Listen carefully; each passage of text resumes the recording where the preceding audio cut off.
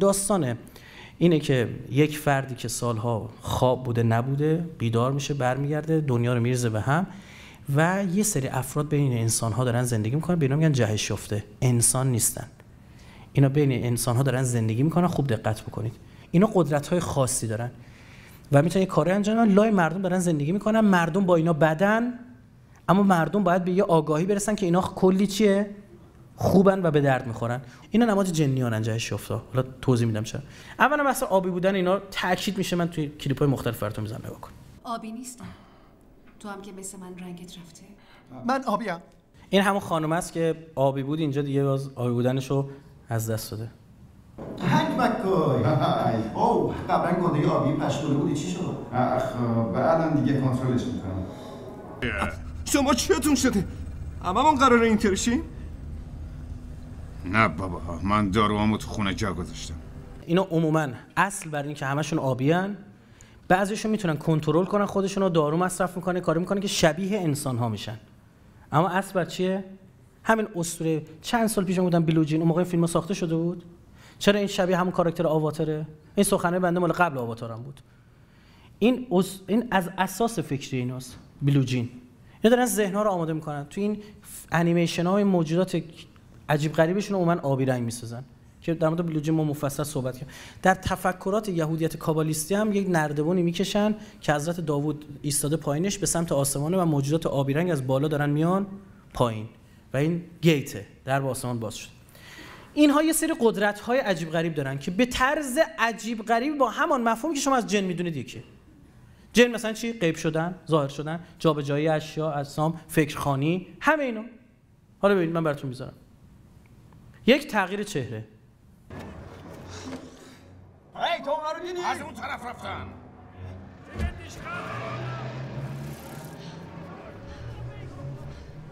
تو میتونی تغییر شکل بدی؟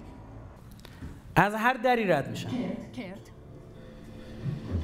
جابجایی.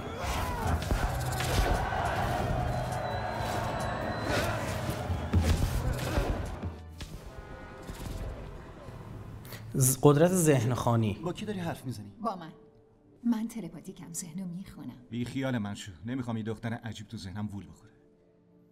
نگران نباش اسکات، چیز خاصی توش نیست. آی وایسا، من اسممو بهت نگفتم. نه خیر نگفتی.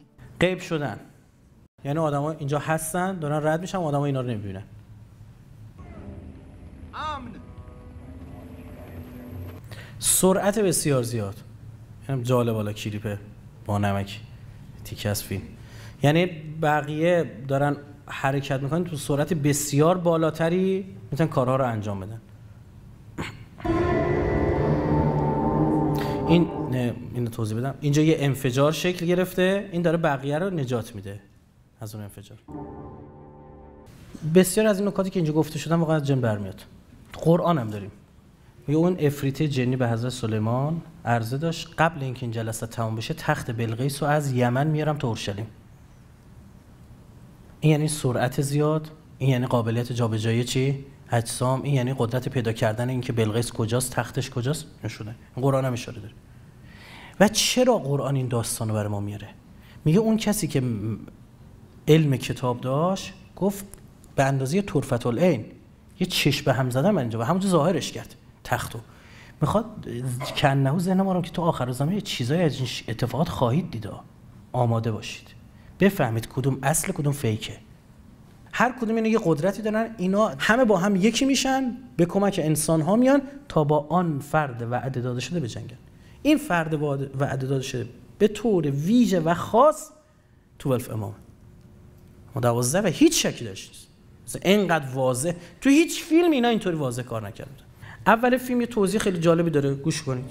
به کسی بزرگترین موهبت عالم برسد، قدرت‌های مافوق تصور برسد، ممکن است فکر کند آمده تا بر دنیا حکومت کند. و جالب شروعش هم این که یه زن جاسوس CIA توی قاهره متوجه این فرقه شده، روی این فرقه دارن کار میکنن، میبینه اینا میرن شبا میرن توی سردابی، روزا میرن دعا کردن یه ساعت خاصی. بعد اینا رو دارشون کار میکنن، میره تو اون سرداب، این نور رو باز میذاره، نور میتابه رو همون نوک هرم و این دوباره زنده میشه برمیگرده با دعای اینا. دارن دعا میکنن. دعا عبارت یا جبار یا اله یا خدای بزرگ، خدای صاحب قدرت فراوان، عبارت ها کاملا عربی. حالا میشنه این صباح نور یا عظیم یا جبار الدین القوة. ببین اول داخل سرداب رفتنشون اینکه یه دی منتظرشن و براش دعا میخوندن، عبارتا کاملا عربی بود. دین القدره، دین القوه.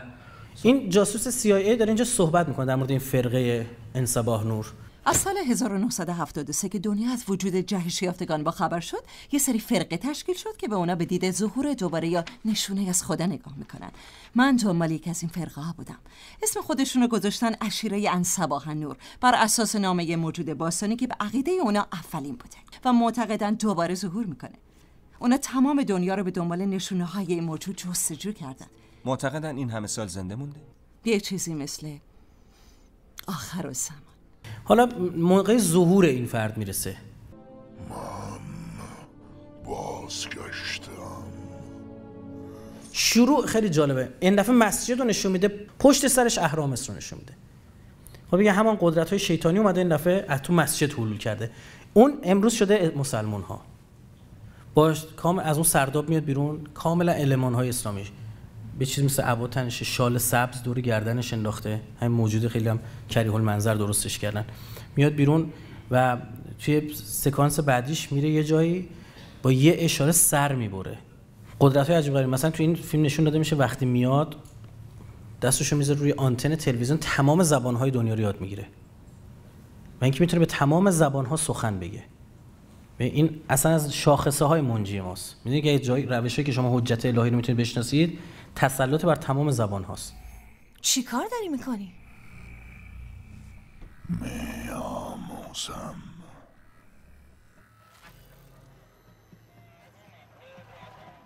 اینجا وقتی ایشون در واقع این فرد که اینجا نماد آنتی کرایست ظهور میکنه، تمام سلاح‌ها رو از کار میندازه.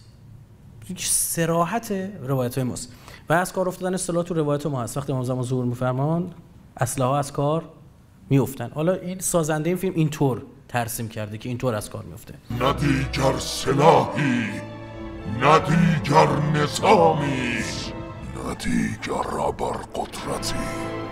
می توانید پیکانهایتان را از برج بابل پرتاب کنید، اما هرگز نخواهید توانست به کامل ترینتان حمله کنید. یه اراده که تمام موشک‌های اتمی شلیک شدن، از جو خارج شدن. بعد جالب یه چیز دیگه هم تو روایت ظهور داریم که در واقع صیحه آسمانی، یه صدایی که همه آدمو میشنون. این رو هم اشاره کرده اینجا که باز به واسطه اون پروفسوری که رو ویلچر وصل میشه و یه پیغام میفرسته تمام انسان‌های کره زمین میشنون. پیامی به تمام مردان، زنان و جهش یافتگان: شما گمراه گشته اید. شما گمراه گشتید. من بازگشتم. اما من بازگشتم. روز بیداری فرا رسیده است. تمامی ساختمان‌های شما، تمامی معابد شما فرو خواهد ریخت و آفتاب در سحرگاه عصر نو طلوع خواهد کرد. توی این حرفایی که اینا میزنن میگن که میگن دجال وقتی ظهور میکنه تمام ادیان از بین میبره جز دین خودش و ادعای چی هم میکنه؟ خدایی میکنه، میگه منو بپرستید، که اینجا به وضوح نشون دادن و اونجا میگفتن دجال کیه؟ امام زمان، نعوذ بالله امام زمان دجال است. هر چی بگذره اینا اشاراتشون رو به امام زمان چیکار خواهند کرد؟ مستقیم‌تر خواهند، اصلا منتظر باشید اسم ببرن. یعنی حتی اسم مهدی استفاده کنن یا 12 امام استفاده بکنن. روز به روز داره این اتفاق میفته و اما این طرف واقعا باید امروز مردم دنیا رو روشن کرد. ببینید سخنرانی مذهبی براشون شد، سیاسی شد، فیلم ساخته شد، کتاب نوشته شد. یعنی تمام عرصه ها وقتی اینو ورود پیدا میکنن یه جنگ هم نیرو هوایی میخواد، هم نیرو دریایی میخواد، هم نیرو زمینی. نمیشه که یه نفر فقط با یه تفنگ بره بجنگه. کاری که ما میکنیم اینه، یه نفر با تفنگ شروع میکنه جنگیدن. اگر واقعا بنابر پاسخگویی است، خب بسم الله امروز ما باید از این فرصت‌های استفاده بکنیم، چه می‌دونم سفارتخونه‌مون رو فعال بکنیم، دانشگاهمون رو بیاریم. اصلا همین آدمایی که این حرفا رو میزنن چه ایراد داره؟ مثلا دیوید کوک اصلا دعوت شد اومد ایران. خب آستان قدس رضوی دوبار این آدمو دعوت کرده. این آدم از بزرگترین اندیشمندای همیناست. اومده ایران، من با اونم مانعی نمیدونم. بعد آستان قدس هم زده بود که این اومده زیارت امام رضا. دوباره من رفتم نگاه هم کردم زیارت کردن. البته اون آدم شبیه اینا خیلی نیست، اما خب بالاخره یه اسلام شناسه، خب و راجع به آخرالزمان اسلام کلی مطلب داره و مطالبش از همه اونا موثق‌تره برای سیاستمداراشون که بخوان کار بکنن. ارتباط اگه قرار برای این بشه اینا باید توجیه بشن. ما هم باید فیلم بسازیم، ما باید مستند بسازیم، ما هم باید سخنرانی‌ها زیاد بشه. خب ما باید بشینیم بگیم دیدی اینو میگفتیم بالاخره دی فیلمش ساختیم که چه هنریه، چه فایده، مثلا خودمون خوشمون میاد.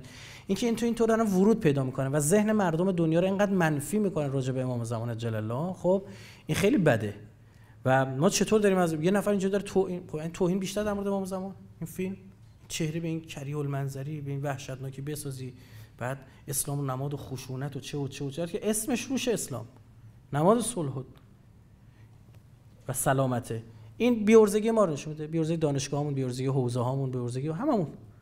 بعد بیدار بشیم، پاسخ بدیم، بعد بلد باشیم کتاب به انگلیسی بنویسیم، مقالات اینا رو بنویسیم، به چالش بکشیم، میشه بی سوادی اینا رو به چالش بگیریم، میشه تهمت میزنی تو یک جا بیا برای من که امام زمان ما اینطور باشه، کدوم حدیث اینو درآوردی.